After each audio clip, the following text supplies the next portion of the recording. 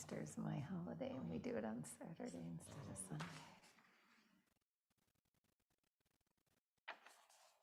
Mary, I think I'm ready whenever you are. Are you ready? All right, we will call to order the April 19th Park Trails and Lakes Commission meeting. Jamie, do you want to do roll call? Chair Steenblock, Here. Commissioner Miller, Here. Commissioner Ramseth, Here. Commissioner Steenblock, Here. Commissioner Moorhead, Commissioner Geyer, Here. Commissioner Gary. Present. All right. Moving on to number 3, we're looking for an approval for the agenda for this evening. I make a motion to approve the agenda with the removal of 6A. I'll second that. We have a motion and a second. Do we have any discussion? Hearing no discussion, all in favor? Aye. Opposed? Motion carries. I don't see anybody here for open forum. Do we have any written comments for open forum, Jane? We do not have any for the open forum tonight. All right, so then we'll move on to 5A, which is the park event permit application. All right, Chair and members of the Parks, Trails, and Lakes Commission, the first agenda item is review and consideration of 2 park event permit applications we've received for Lakeside Memorial Park. The first application that we've received is for June 25th from 11 a.m. to 6 p.m. for a private graduation party. This group primarily plans on using the gazebo. However, they will use some of the surrounding park area. They'd like to set up a few additional 10 by 10 canopy tents. They have been informed that that would be okay with weights, no stakes in the ground, so they are familiar with that requirement. They do have somebody that will be playing DJ music in the gazebo. Therefore, that also triggers an outdoor entertainment permit with the City of Forest Lake, so they have submitted that appropriate application as well. And with your approval, that will move forward to City Council approval. The second park event permit application we currently have received for the summer is for the Forest Lake Lake Association, their membership barbecue on Saturday, July 23rd. This is estimated from around noon until 5 p.m. Again, this group is going to use the gazebo, and they're actually looking to set up a larger tent. So they will and have submitted the outdoor entertainment permit with a tent to the City of Forest Lake again, which is required for that use. They do expect to have about 300 to 400 people, so this is a larger event. Food will be catered in and such, so there'll be quite a few people during this time because they are going to have that live entertainment as well. So again, once, pending Parks, Trails, Lakes Commission approval, this will go for City Council approval as well. So with that being said, I'm happy to answer any questions. Otherwise, we are looking for a motion to approve the park event permit application for the graduation party on June 25th and the park event permit application for the Forest Lake Lake Association gathering on July 23rd of 2022. Happy to answer any questions. Thank you. Questions? I move that we approve the 2 applications for use of the park as submitted. I'll second that. We have a motion and a second. Do we have any discussion? Hearing no discussion, all in favor? Aye. Opposed? Great, motion carries. Okay, so then we are on to 5B, which is the facility use agreement for the Forest Lake Athletic Association. All right, thank you, Chair and members of the Parks, Trails, and Lakes Commission. The second item on our agenda tonight for consideration of approval is an agreement between the City of Forest Lake and the Forest Lake Area Athletic Association for our facility use agreement and use of our athletic facilities.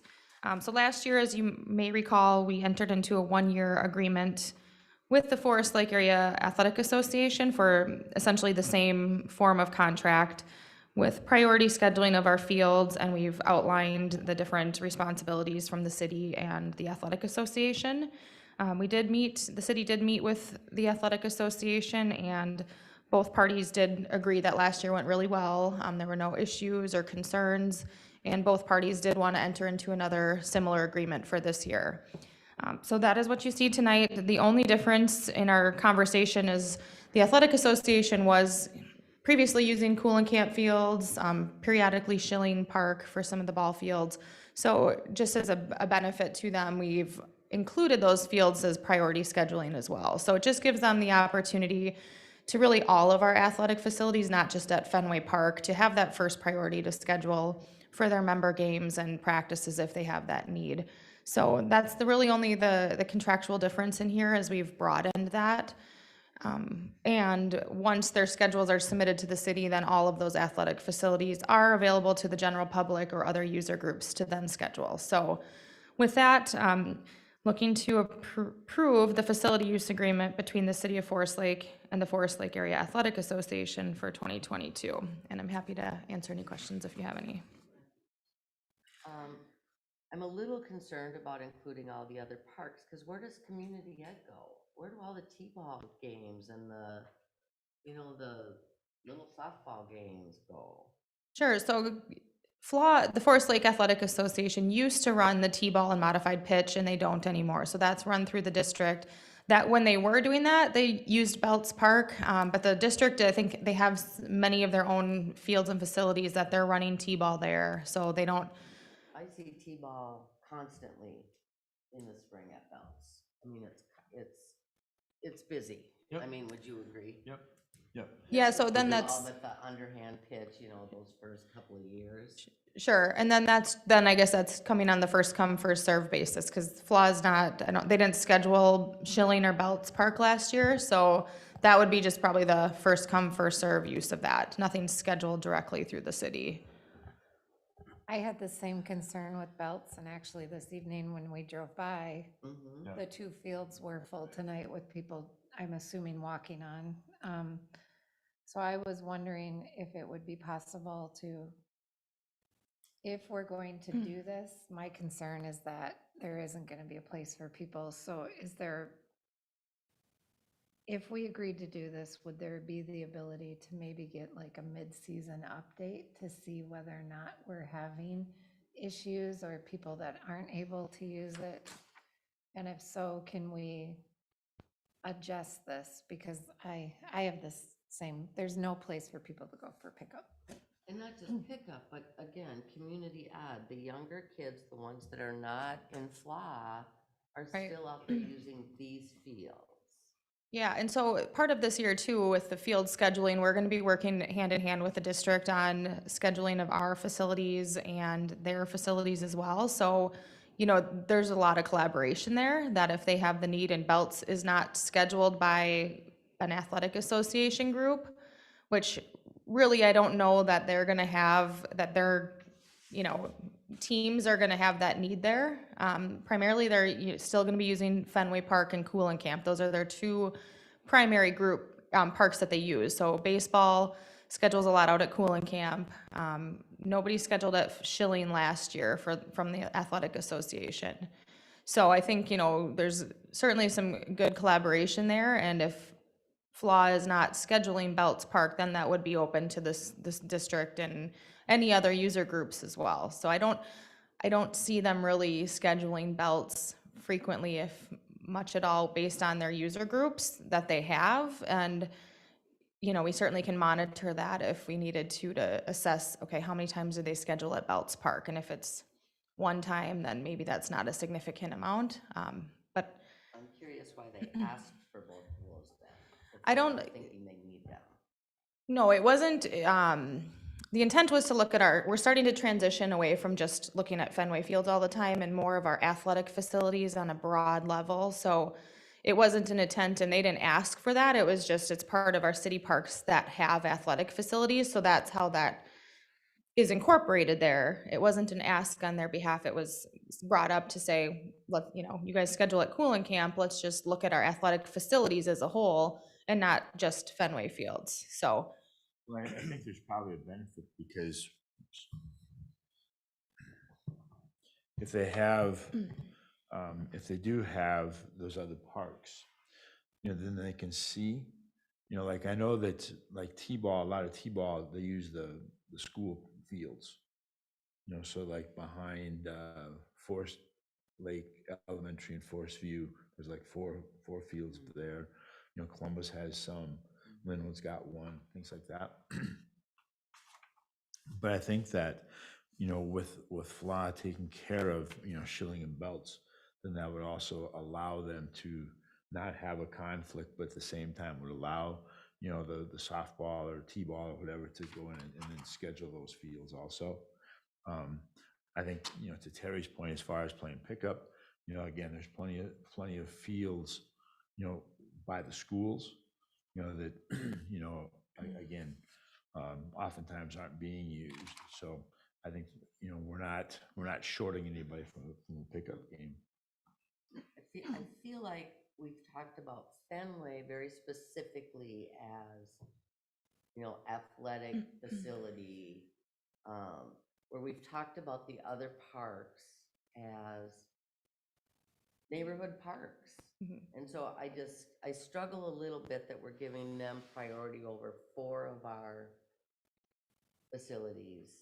And maybe it won't be an issue, but I'm just gonna go on record to say, I hope that our community ed teams have convenient places to play. No, I understand, and I think, again, looking at broadening this to all of our athletic fields and facilities and assessing them. Cooling Camp has been used for several years, primarily by the Baseball Association. They've invested thousands of dollars to the city in a conjunction with, city contribution and grant opportunities to really improve and expand the fields out at Cooling Camp. So now 2 of them are complete for, I don't know the exact ages, but 10 and under, 8 and under, give or take, so they can have games out there, because the demand, Fenway Field 5 is a baseball field, but that didn't meet the demand they have for their program. So they've been improving Cooling Camp Park. There's definitely one field out there that's very much community practice, even for them, but they have made investments out there to really improve that as an athletic facility for games, for baseball. And Schilling Park, we have 2 fields there. Those are definitely just a practice field. They're not complete by any means, but some of these organizations, whether it's pick up with a community member or family, or some of these teams, they do just need practice fields too. I think they're running out of Forest Lake still to find enough practice fields. So last year when I said, I don't think anyone really used Schilling Park, they said, we got to make sure we're keeping that in mind as we're looking at our facilities. So it's in an effort to streamline and, make sure everyone knows what's out there, because we have the fields. We want people to be using them and maximize that use, whether it's community ed, the general community, or our athletic association, so we can keep people in Forest Lake. So that's the effort behind that, and having these scheduled. And if they turn in their schedules and they don't have anything for Cooling Camp or Schilling, that is then open up immediately to the public to schedule first come, first serve. So it's just kind of giving them that first priority of if they have a need. I understand the concern. I know we do need to make sure we have fields for the community and with community education, but I do feel confident that working in collaboration, that they have their needs met or will work together on anytime there's a gap, it's available for use. So You're gonna reach out then to community ed to let them know they need to schedule? yes, Possible? we're working with the district right now on collaborative scheduling of our facilities. And so that's going to be coming forward soon. It's just been a process because it's new and, getting agreements in place. But that is, a favorable direction for the city and the athletic association, so that there's kind of a one-stop shop for scheduling fields. So FLA is not a one-stop shop. FLA has a niche, right? Right. And then there's other needs in the community. So I just want to make sure that we're not, and nothing against FLA at all, but they don't get it all, I guess is all I'm saying. Sure. So Nope, I understand. Maybe I communicated it wrong, but FLA not being the one-stop shop, but having a simplified and efficient scheduling process between the city facilities and school facilities. So sometimes they're going to use a Schumacher Field with the school district. Sometimes they're going to use Fenway Field. So if there's a way that can all be visible in one stop to schedule that's our goal, and we're working through some of that right now. So I think that there's a really good collaboration that, the reality is flaw in our community is a large percentage of the athletic organized sports. I'm not saying 100%, but they do have a large percentage of the, For the upper age. right, and then the district runs the community ed programs, and again, very strong communication with them on their needs and sharing of facilities. I guess the one thing I was thinking about with belts is we wanted to keep that as a field, just for residents to come in and that's how we built it on the new plan when Belts Park gets done. I guess I see that as, I'd like to keep that as a small, kids can go out and just throw a ball around or something like that. Let me ask you this, Jamie. How often did community ed schedule fields last summer? We didn't have a formal schedule, it was just first come, first serve. And with kids in both fly and does seem most, I went through the T-ball program the last 3 or 4 years here, and it does seem that most of the field use is at the school districts. There's plenty of fields there. So I'm not really that concerned about the overlap. They do show in the contract here that they've got to give us 25 days notice to have that priority. So we should know right now what 25 days from now looks like. And then at that, as long as community ed knows they can start scheduling, I think we should be fine. I think that's a key for me then, is making sure that community ed understands the rules have changed and they need to be requesting those fields now. Yes, I think that's understood, and our goal is to have everything that is programmed, a programmed recreational program or game practice, to have that on a calendar. That is something we have not really had. 2 years ago, we didn't have any of that because we don't have the resources to do so. And last year, we started collecting some of the information from FLA to know, how many members are participating, how many games, and how many practices, so we can really understand the need and the demand in the community, because we were learning that, we didn't have enough practice fields or game fields here, and sometimes they're leaving the community to go have a game in a different, neighboring area. So we're really trying to understand the supply and demand, essentially. So as we're developing and updating our master plan, we have a needs assessment completed for our athletic facilities. Do we need, that will drive the growth for the future. So am I hearing you right, that the community ed knows right now that they will need to reserve these fields differently than they have in the past? Yes, they know that our fields are first come, first serve, and if you want them guaranteed, they have to be scheduled, just like how all of our picnic shelters operate and any of our other athletic facilities. If they don't want to schedule them on and go through the scheduling process, they're at risk of first come, first serve, which at Belts Park has probably been pretty safe because no one else is scheduling that. But like all of our facilities, it's first come, first serve, unless it's paid reservation. And then if someone showed up with a permit that they paid for for Belts Park for a game, then they would have the right to that field at that time. So that would be the case for any user group. It's first come, first serve, unless you have a paid reservation.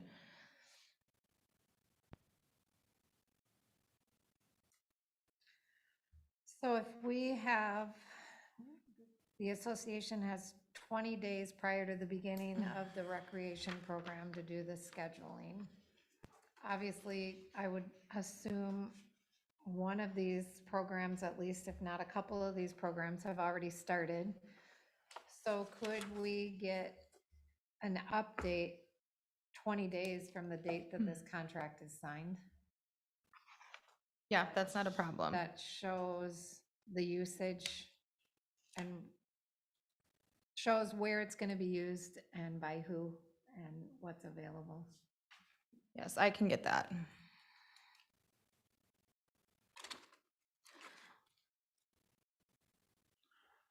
My last question is, if FLA didn't ask for these to be put in the contract as they get priority, why did we put them in the contract as priority?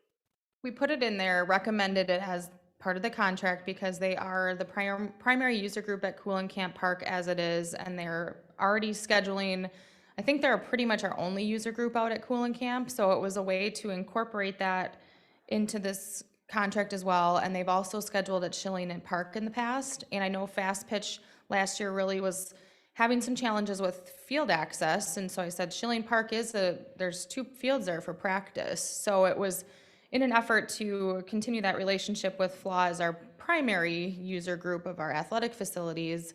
And that's why Belts was included, because those are our 4 parks that have athletic fields there. So we're really trying to broaden things beyond just, they all have athletic facilities, so if they had a field that they needed, they would have that priority. So that's how it got included. So then would we then also be responsible for keeping, let's say, Belts or Schilling up to par with the other athletic fields that we talk about in here? No, this is the act of just scheduling it. So like at Lakeside Memorial Park, when we talk about the gazebo and the picnic shelters, people reserve those so they can use them for graduation parties, family gatherings, but they're provided as is. We don't do anything different for those. So this is scheduling the field so they know they have guaranteed field time for a practice or a game. But But I'm sorry. That's okay. I'm kinda No, that's digging in good. here. So then if you look under like city responsibilities, it talks about our responsibilities for keeping those athletic facilities, which we have to find up front as those, four areas. So that to me would read then we need to keep these up to playing level, like we do Fenway. And I don't know if we're prepared for that. I agree with you. I would like to keep Belts as just a park for residents to come. And like I say, I think I like Fenway, I like Schilling, I like Coolin Camp. I just think that it's the residents also that the residents count. And like I say, I'm not saying anything bad about FLA. We love FLA, and but I'd like to have that park stay a small park with one field or something like that. Well, I think, if you look again back, and maybe this will change, but typically, Belts maybe gets drug once a week.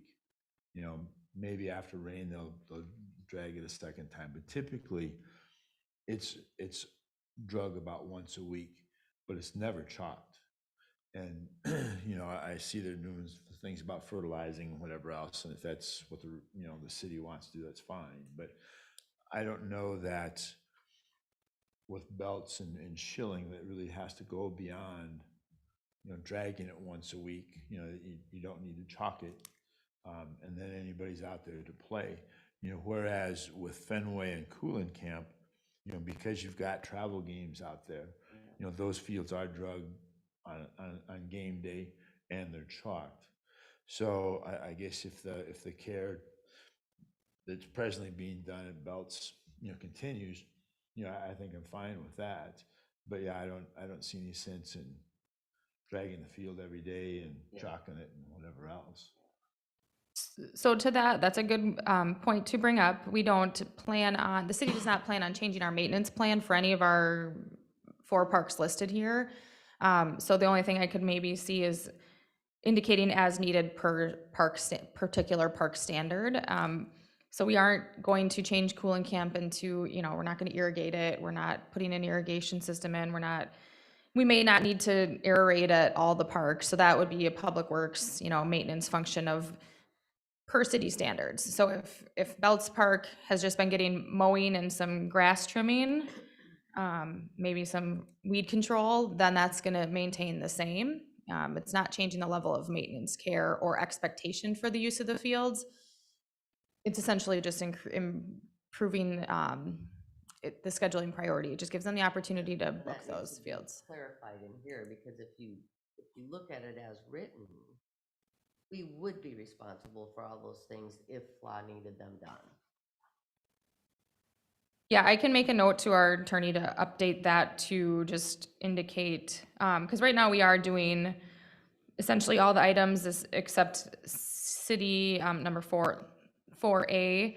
We maybe just need to clarify as determined by the city per park or something of that nature, because each individual park has a different maintenance plan. To that point, you may want to clarify on the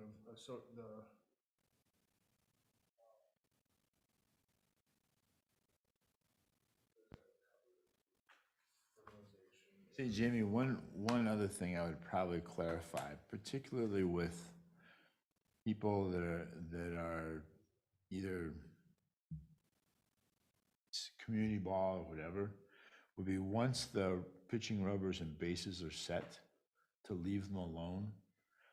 For the 15 years that I umpired, I would bet at least once or twice a year, there'd be somebody that had dug up the pitching rubber because they had measured from the front of the plate rather than the back of the plate. And didn't have the problem with travel ball, but with the community ball. Because they get out there, and as soon as I'd see somebody out there with a tape measure, I'd think, here we go.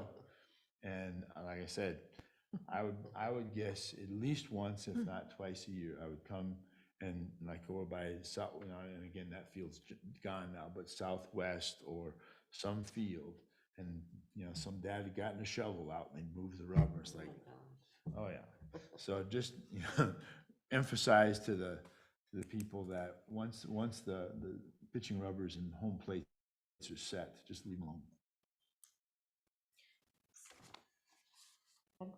Well, after listening to the concerns and the fact that you're saying that maybe the contract could be modified to address some of those issues, why not just remove Bell's Park from the parks? It doesn't fit with, it's a community, city park, neighborhood park more than the others.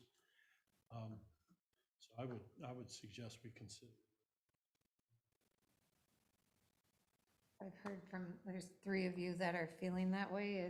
Are one of you interested in making a motion, or? I would make a motion to accept with the removal of belts and the clarification under city responsibilities that in those places other than Fenway and Cooling Camp, the requirements may be different for the shape of the fields. I don't know how you word that. I'd second that. That makes sense. And So would it be wise to push, I haven't been to Schilling Field for decades, so I can't even tell you. I know how to get there, but I haven't been to it. Would that be a good field also to eliminate too, just because it's kind of a neighborhood practice field? Or is it pretty insistent by FLA to keep that as a practice field and having them schedule it? I think that one would be more appropriate to keep if there's not any major concerns amongst the Parks Commissioners. They were excited to recognize that they could have some scheduled practices there, and I know that they were leaving the community, so I think keeping that, if there's not any issues or concerns, would be appropriate for practice use. Yes, I would support them removing belts from this. We have a motion and a second. Do we have any other discussion on that? Hearing no other discussion, all in favor?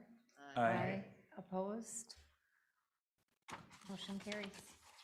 So this year then, we'll be able to gather more data on real usage before next year? Yes, and Okay. that's part of how it's just, we just started last year collecting some data.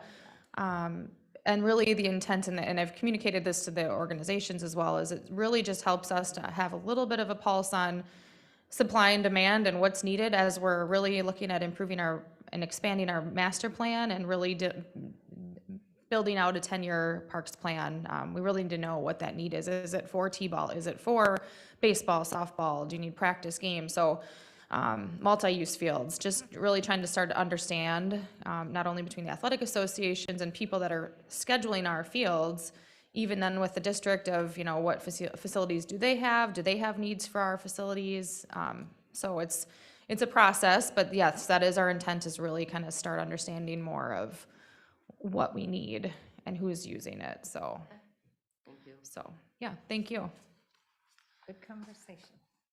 All right, so we are moving on to 5C, which is the Parkland dedication requirements. All right, so the next item here, as Chair Steenblock mentioned, is our Parkland dedication requirements ordinance. So I'm just gonna kind of walk through some of this conversation tonight and go through kind of where we've been and where we are here today. As you all know, we've reviewed our Parkland dedication requirements ordinance several times, which I did include here in the agenda packet. And as you know, this ordinance is pretty outdated. It's pretty wordy and kind of, we've had some confusion on what should or should not be charged and when. So as a commission, we said we really recommend getting that reviewed and clarified. So city staff has had some conversations, and we have met with our city attorney. And upon their review, they agreed and have recommended to repeal and replace the current ordinance. So essentially, we're gonna eliminate this ordinance here, and they have written a new ordinance to reflect the new language for the Parkland dedication requirements, which I also provided so you can compare. So I don't want to go too much into the old Parkland dedication requirements, because essentially it's recommended that that will go away and be completely replaced with new language. So I'm just going to kind of talk through some of the high level changes. I do want to note that this is what our attorney is recommending. So this will be our basis moving forward, but we do need to have it come through the Parks, Trails, and Lakes Commission. It will go to Planning Commission and then to City Council for adoption. So this is kind of that first stop along the way. So feel free to ask any questions. I'll do my best to answer specific questions, but I don't want to get too specific because I'll explain further here in a moment. So as you look at the new proposed ordinance, again, it's an ordinance that will repeal and replace the current Parkland dedication requirements, and then it's outlined here of what the new language will be. So one key thing to note is it's obviously, you can see it's simplified quite a bit. It's a shorter, more concise ordinance, which I think will be really a lot easier for us to follow. But one of the key differences is that with some changes that are at the state level, it is impacting how municipalities can charge or determine what they can collect to meet that Parkland dedication requirement. We still have the option to accept cash, the option to accept land, or the combination of cash and land. But the calculation is going to be assessed on a case-by-case situation with the development that comes forward. So previously we had $2,500 per unit for residential. Moving forward, there's a recommended amount that we're going to have in our fee schedule, and I believe the city, it will be recommended $3,000 per unit. However, each individual development that comes forward, city staff with Parks Commission and our attorney will have to determine that and justification of that requirement to be met. So larger developments, we could have a better justification for a larger impact on parks, trails, and open space based on the density of that project. Smaller projects, we might not have as great of a justification if there's not a big park impact. So again, that's driven kind of from some changes at the state level. So this code is written in a way that it's clear and concise and will help guide us. And we will take each individual one on a case-by-case scenario. I just do want to note that as this change goes into place and we adopt the new ordinance, a key thing that we'll be working on is some updates to our master plan. We did receive grant funding for that, and we'll be making some updates. It'll be really important that we do a really thorough assessment of our park system to see how many acres of parkland we have, what's recommended, put some information in there that we can kind of, have a good assessment of our park system so that we can look at that when we're assessing impacts on parks and trails. So that's the biggest change without going into, very specific of the code, because again, our attorney wrote this and is recommending this as our city code. But I know this has been something that we've talked about quite a bit on what should we charge or shouldn't for commercial and things of that nature. So that has all been addressed. And again, as we have specific projects that come forward, we'll be able to work with city staff and our attorney to make sure that we're providing the best parkland dedication requirement for the city and to support our parks and trails and open spaces. So with that, I will be happy to do my best to answer any questions. If I don't have specific answers today, I'm happy to circle back with our attorney, but we do want support from the Parks, Trails, and Lakes Commission with the concept of repealing and replacing our ordinance so that we have this new ordinance moving forward. Jamie, we're going to have a variable amount for, depending upon factors regarding the size of the development. And you said up to $3,000, but the language here says 2,000. Is that going to be changed to indicate that it could be from 2 to 3,000 or 2,500 to 3,000? Correct. So in the old code, I think you're referring to the 2,000 that was listed there in the old code, is that? Yeah, that's the old. Yeah, that was the old Am code. I looking at the old code? Which is okay. That's the first one, the, with the, There's no dollar amount listed on it or- so the new, I had this, a similar question in that, I guess my question is why would you even list it in the fee structure as 2,500 or 2,000, whatever you end up listing it as, if the council is going to, on an individualized basis pursuant to blah, blah, blah, going to figure that out. And when you look at Minnesota statute 462-358, the subsection that's referenced here, it does say that it's based on the average fair market value of the unplatted land. And then it also says that that can be determined by the municipality on tax valuation or other relevant data. So why doesn't the fee structure say that it'll be based on, which is what's in statute, fair market value and then other relevant data? I would piggyback on that comment, and, you know, I think there should be, if you're going to go along with the assessed value and all that, I think we should, for budgeting purposes, have a minimum fee of, you know, $2,500 or 3,000, whatever it is, and then use this as we go forward. Then you can use, you know, market data or whatever. But, you know, if you have rising and falling costs, or I should say valuations, you still have costs usually going up, so you really can't afford to have, well, we had a bad year, so now the value's only $1,500. I think you have to have that minimum fee, whatever it is, and then keep your calculations in there for appreciation or growth, inflation, whatever it would be. I don't think you can have the minimum fee if you look at the statute. I'm not an attorney, but the statute, I don't think you can set a baseline minimum because the statute's very clear in that it's based on the average fair market value.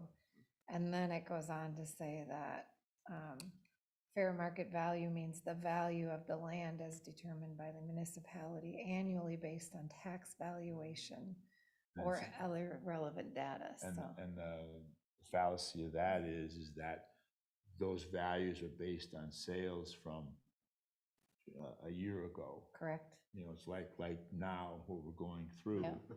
You know, it wasn't a comp done in January didn't count.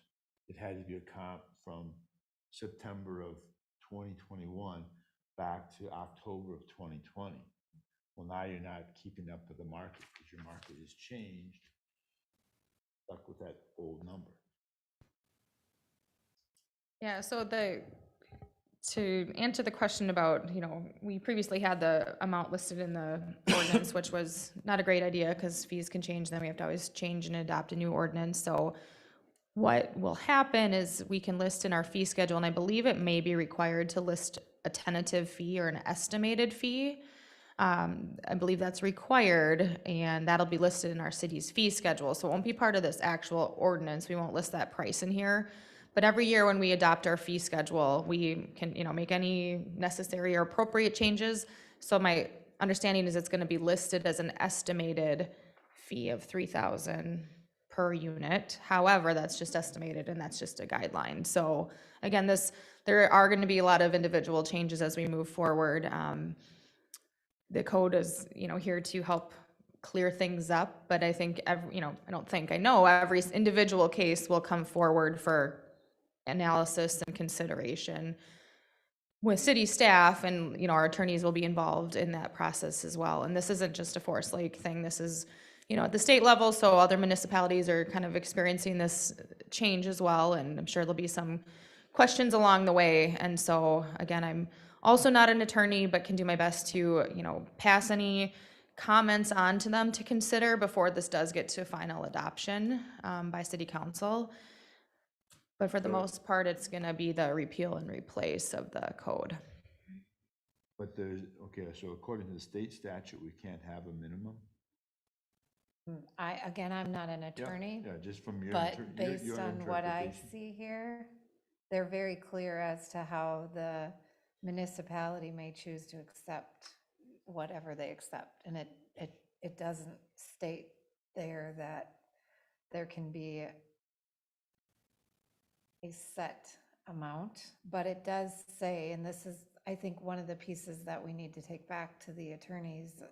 It says the fair market value, but then it also says, or other relevant data. I think as the city determines what that other relevant data is, we should be a part of that. We should have an opportunity to hear what that other relevant data is. And in the spirit of transparency in government, that other data that's considered, the city should make that transparent to anybody in the city or who wants to do business in the city. So I think that needs to be, that other relevant data needs to be further defined and made available publicly to the city. Well, and I guess I would add on to that the determination of the market value would be based on comparables from the past 6 months rather than previous 18 months.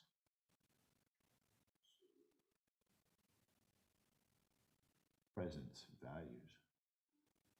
But we don't get that opportunity with our home.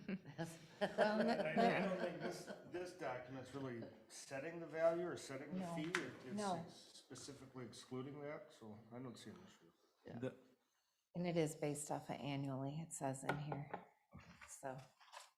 One question I have, Jamie, is, so is this gonna be for residential and commercial then?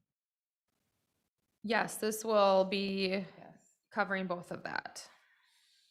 So along with residential and commercial, would that help the parks with donation, or with the cutback from commercial?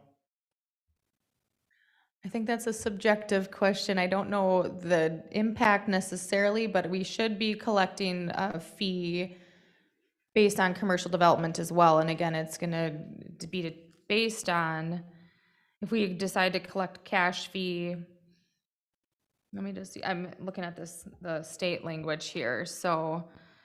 Because presently we get more money Yes. from commercial than we do residential, correct?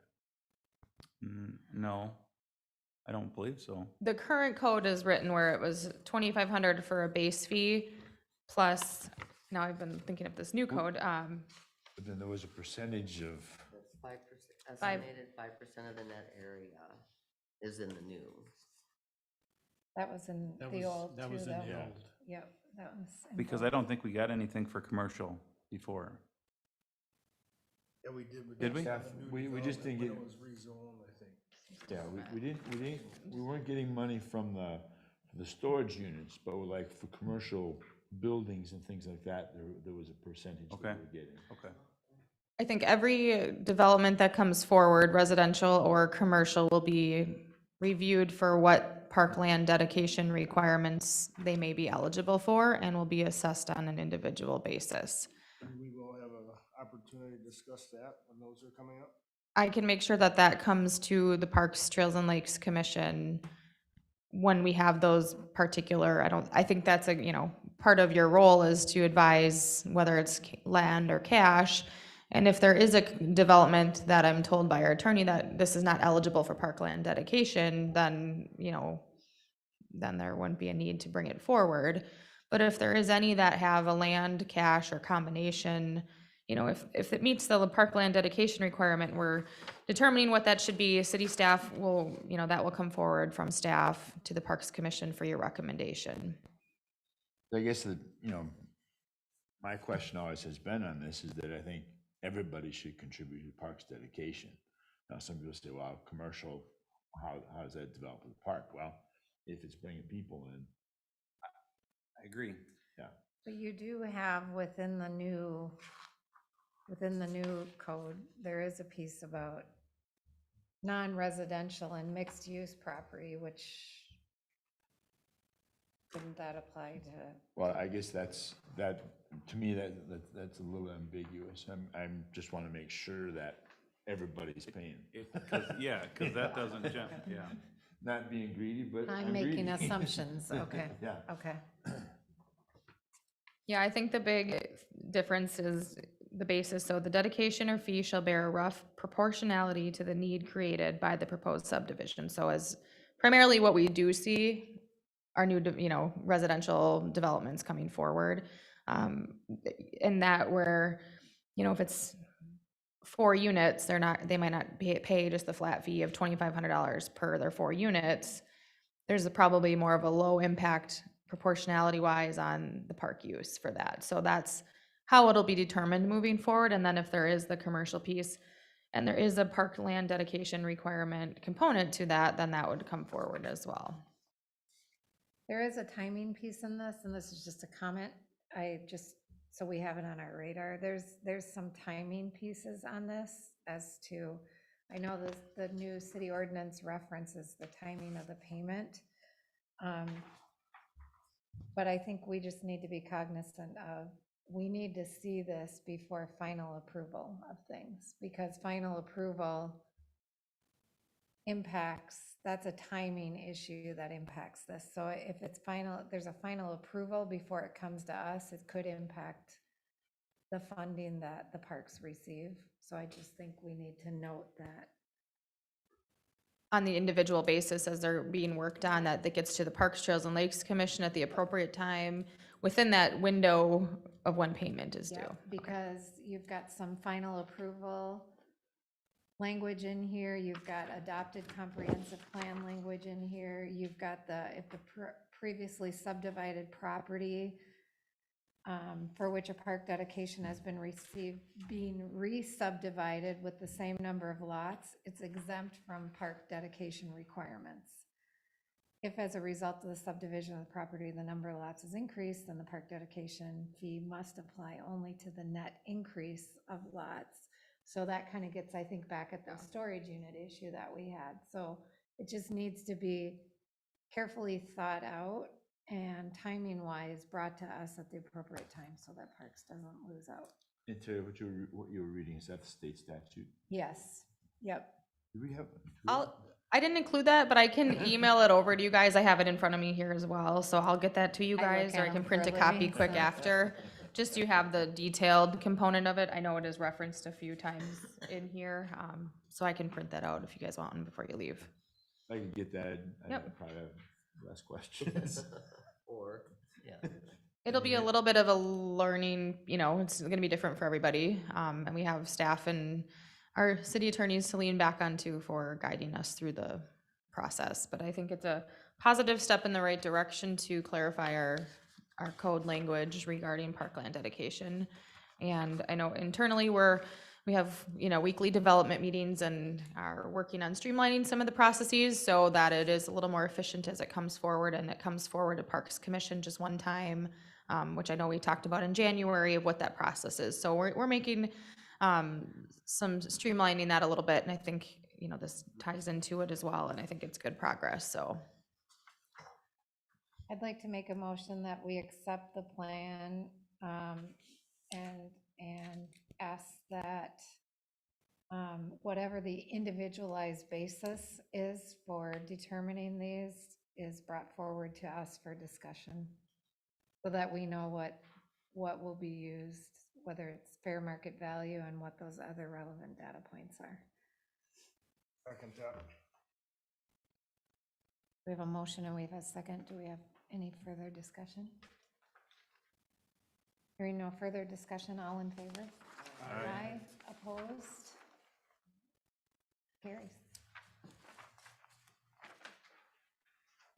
All right, next is 5D, which is the Arts in the Parks concert series. All right, so the last item here tonight for our regular agenda is the Arts in the Park concert series. I did include a copy of this in your packet here. Just a quick recap of how we got to where we are today and just the desired action for tonight. We've had a couple meetings where we've looked over, or within the small events group, a proposed schedule for our concerts for Arts in the Park this year. There was overall a pretty resounding yes to like Chris Crozy for July 19th and the Johnny Cash Tribute Band for June 28th. And we know we wanted to keep, those two groups in particular with the Rock and Hollywoods. Some of the feedback was a couple of the groups that were like, two performers wasn't as preferred, wasn't as engaging to the crowd. And so the Parks Commission provided some feedback to myself regarding that. So maybe just a few new recommendations. With that said, I did follow up with Mr. Woody McBride, who we contract with for developing our concert series, and shared that. And this is the final recommendation that I've received back from him for our concert series. Everything here is confirmed, meaning that the date works for each individual group that is listed there. You will note that the Centennial Community Band does say pending. That is the only one that we're just working through logistics if that works for them for that date. If not, it would be a similar or comparable, and I can bring that back to you guys. But I'm hopeful that they'll be confirmed here shortly.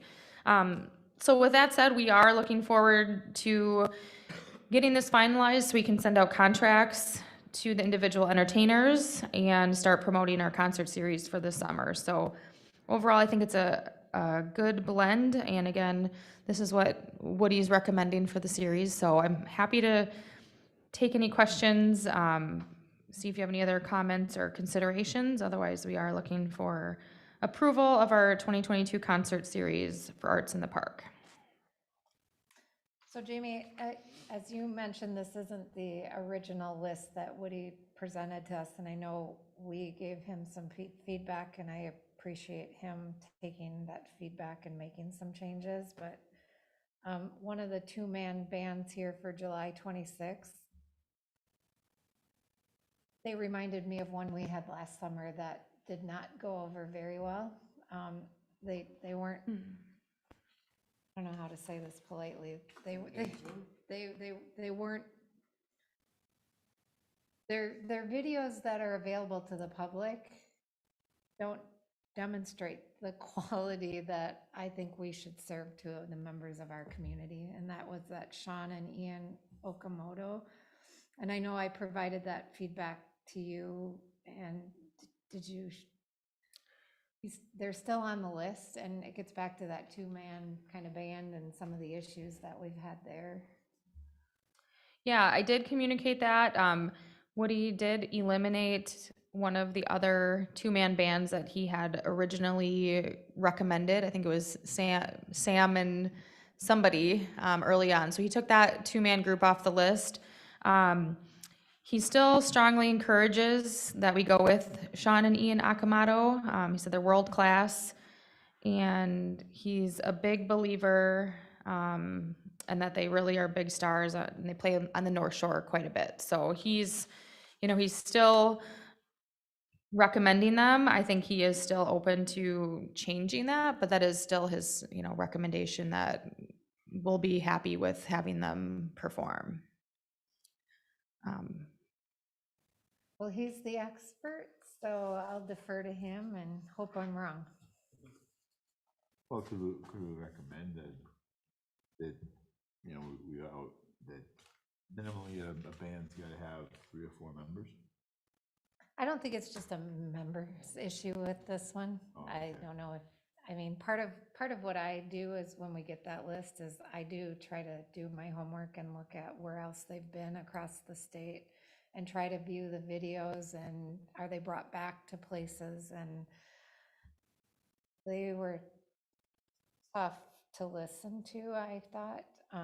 But again, it's only my opinion. So they so. have videos on like YouTube or Mhm. something? Oh. Yep, most of the bands, if you go out and research them, most of them do. They were just a little bit, they weren't as dynamic as some of our other choices, so. But we pay Woody to go out and research this, and if Woody says, then I'll defer to him. And Well, could we, I mean, search and get back to Jamie in the next couple of days and go, you know, I think Terry's right, or I think Terry's all wet, one of the two. Yeah, I had gone out too and looked them up, you know, and tried to listen to see what kind of music. I thought these guys were okay, but I Yeah, could see, it's a refresh my matter of- memory. But again, if we go out and do research to find another one, we've already done some of that work based off the original list, so then I get into questioning why we pay Woody. So I think if Woody's the expert, we go with Woody, and I'm probably wrong on that one. We'll just monitor it and see how that goes, and maybe at the end of the season, we can do some. We'll have a good feel when we're there, how they are. maybe so. not even at the end of the season, maybe at each of our meetings, we could do a quick review of who the bands were that previous month while they're fresh and just make a note.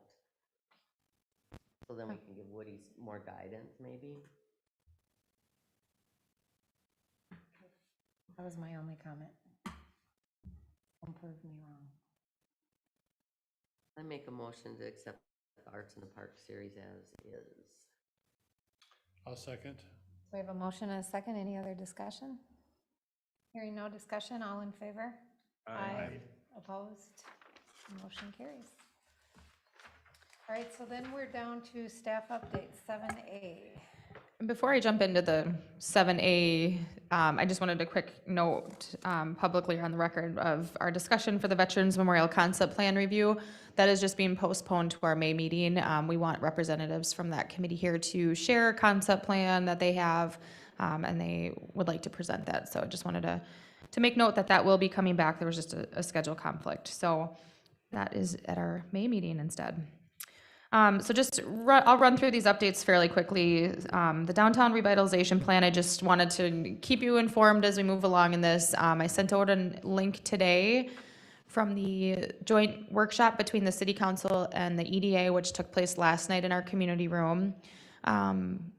There was also, I included the presentation for that. So I just want you guys to have that information available to watch back, listen to the conversation, review the documents, so that when this comes to Parks Commission, you guys have an opportunity to provide some feedback as well.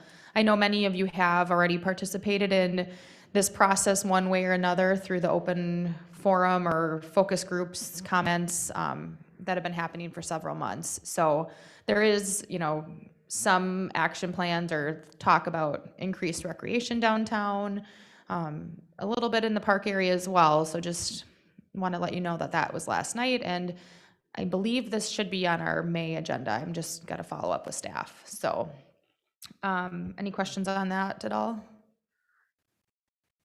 Veterans Memorial Group meet with the development people, because there are lots of issues with regard to the park memorial, Lakeside Memorial in the development plan. So they talk?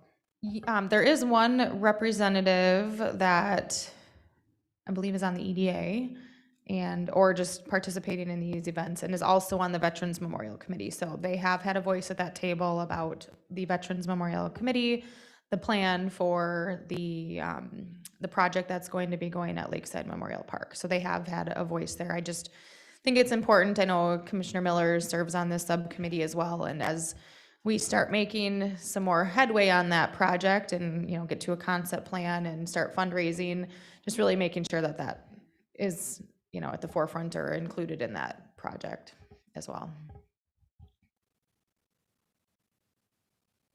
All right, so the next just quick update.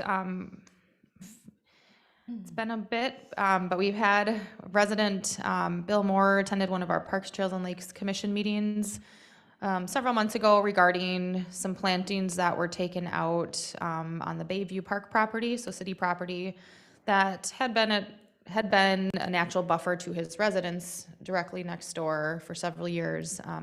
Again, he had put in a request for a tree apparently that was infringing from the city property. And upon that Public Works notice, there was buckthorn and the trees looked kind of rough, so took them all down. So it now remains empty. And Public Works does not have an intent to replant. So resident has spoke to the Parks Commission. He'd like to consider the city replant something because it has been there for so long. And I let him know that we're still having these conversations and figuring out, what that recommendation would be. Public Works still stands firm on not recommending anything go back at Bayview Park. It was suggested that maybe a middle ground could be considering some blue spruce trees that were a potential donation from the Lions Club, so we have to look into that and see if that's even a viable option or not. So I did let the resident know this is still on our radar and we're working on it. He did call again actually today and said that he is starting to see people like go from the basketball court right to his driveway to the sidewalk. So it's, it's a problem as the spring is kind of here. So I said we're still working on it and told him we'd be just, getting an update tonight. And I'd like to get some pricing of some kind or some recommendation back to see and bring that to our May meeting so Parks Commission can have some information to reflect on if they want to recommend putting in some trees or not. So Jamie, I went over there today and met with Mr. Moore because I saw it on the agenda. So I thought I'm going to go over now that we don't have snow on the ground, go over and take another look. Just a few things follow up. I would estimate it's got to be something that probably between a 60 and 80 foot space. You can clearly see how people would be making a beeline right across his yard into the basketball hoops. So I stand where I originally stood on this one in that I see this as a replacement of what was taken down there. And again, there was no conversations as to, we were never asked to provide any input. So I would like to see probably the last time I ask as well before getting even more upset. I mean, it's drug on too long. Yeah. So I want to see a recommendation of what could be replaced there. Otherwise, I'll just make a motion to replace something there. So for the next meeting, I would like to see that. I also will tell you that the Lions paying for city maintenance, in my mind, is not an appropriate option here. In visiting with the Lions, yes, they do have an Arbor Day thing where they give away trees, but they're little 12-inch trees, and a 12-inch tree is not going to work in that footprint, and it's going to be killed immediately anyhow. So I would like a recommendation on a reasonable set of shrubs or tree that would provide some barrier. Mr. Moore did suggest, how about lilac bushes? I don't know how the city feels about that, but that's something you could take back to see if that would be an option, but it needs to be something of a decent size to create a barrier there. So I don't think we should be relying on the Lions 12-inch little stubs. And I want a recommendation on something that could be replaced. We had something there for years, it was removed, and I think it's a reasonable request to look at a replacement. Any other comments? I agree. All right, my last update is just on Castlewood Golf Course. The course opened this year, kind of a soft opening, Monday, April 4th, with walking only. They did get a new fleet of golf carts this year, which look nice. I know the ones they'd had for several years were kind of they've served their purpose. So we have some new carts on the course this year, and just wanted to comment that we are now open taking tee times with carts, and there are some new leagues this year. There's a golf league, adult co-ed, so that's going to be I think that was actually starting this week, weather depending potentially. And then we're also doing the junior leagues again this year. So just an update on that. I know the clubhouse, you probably saw over the winter, the construction of the exterior of the building, that portion is complete. I don't have a lot of additional detail on the interior, but it is likely, we need to build out the inside portion yet, so it's not functioning as a clubhouse quite yet this year. I'll try to get you guys an update by our May meeting of what that process is gonna look like. I do know it'd be nice to try to have that complete so we could use it this winter for potentially, whether it's simulators or any other, use the space for any winter programming. So just got to get some communication out and about that as well. But we're up and running again this year. The golf course should be finishing up their audit and year-end financials from 2021 season, which I think was a record-breaking year. So looking forward to seeing where that ended up, and I think we're going to be happy with how things went last year. So if you have any questions, I'm happy to answer them, but just a quick update. Any updates on the old clubhouse, Jamie? Are we gonna be able to put that up for sale, or? That's a good question. I don't know yet what the plan is with that pro shop, if it can be relocated to a different area or what, but I think that'll be coming up here in conversation soon as we finish up the clubhouse.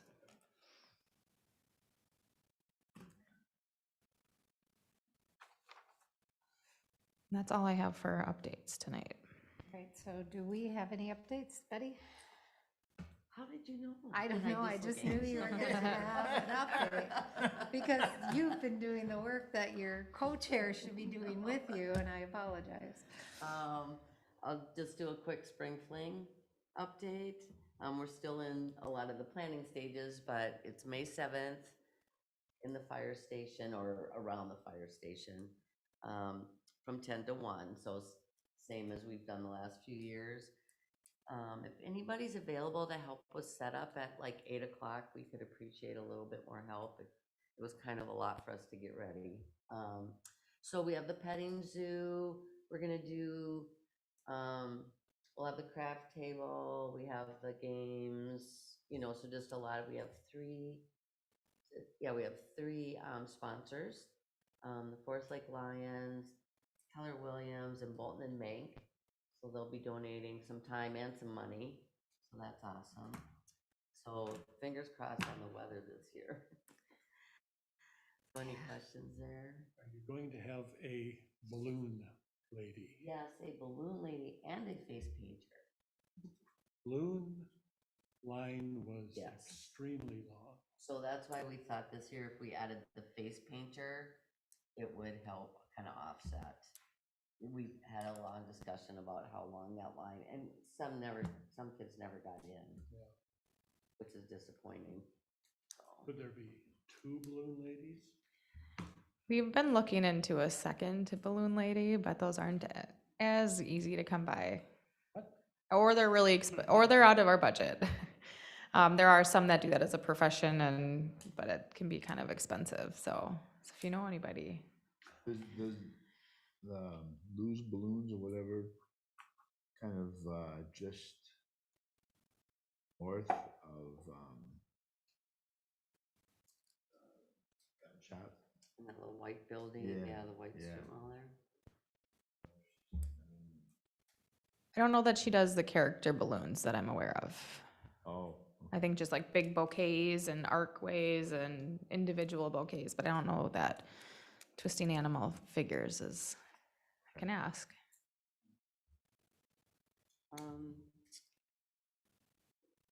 Yeah. And then just a quick update on the Your Boat Club. I've gotten information from 2 of the kind of more local cities.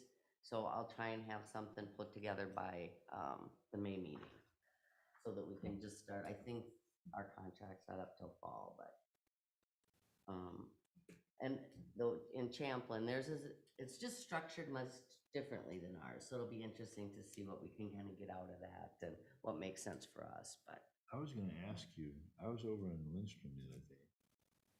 What club over there?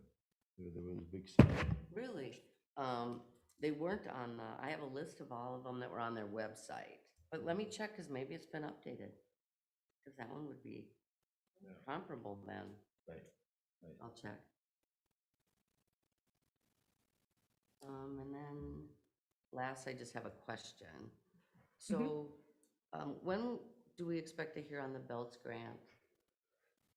I can get I can get you an update before our next meeting. I have to reconnect with the Belts grant. I believe it was June was the deadline or Can you hear back? yeah, Okay.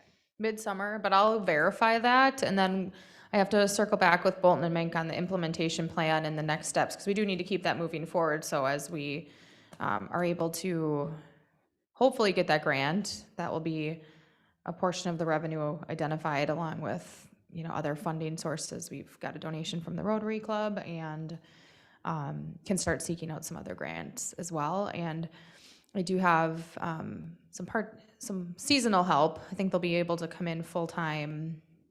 As you know, our recreation and communications position we had last year, we carry that forward to this year. We did get a little additional budget for part-time staff. So I do have somebody scheduled to start mid-May. Again, it's within the budget, but it's just to help with things in the office and the events in the community, grant research and writing. So hopefully find some additional grants for that project. So that'll be helpful, but we really want to keep that moving and find as much funding as we can. Thank you. That's all I had. With regard to Bells Park, 2 meetings ago, we talked about you had different options. Yes. Select one, or was that not a part of the grant application? Yes, without looking at it, I can't remember which one. I think based on collective feedback for purposes of the grant, which we're not completely, set with, I believe it was, put me on the 3 spot. were the- I believe it was 2 for purposes of the grant because they clearly identified the accessible components and features for purposes of grant applications. So we'll revisit that and can certainly make some adjustments. And again, our goal is to provide more of an inclusive playground. So yeah, so I think that was the number 2. I'll check to make sure. But. Only thing I would note is that the Forest Lake Association meeting is Wednesday, the 20th at 7 p.m. So in that, there's a sign up for that. And if there's any other questions or potential agenda items you'd like to see for May, you can just send that over in an email, and I'll be working on getting that going because I feel like for some reason that one I think is going to come up pretty quick. So. And we've talked about a lot of things that we're gonna Yeah. talk about in May, so it could get long. Anything else? Hearing nothing else? Motion to adjourn? Second? We have a motion, a second, all in favor? Aye. Motion carries. Thank you. Thank you.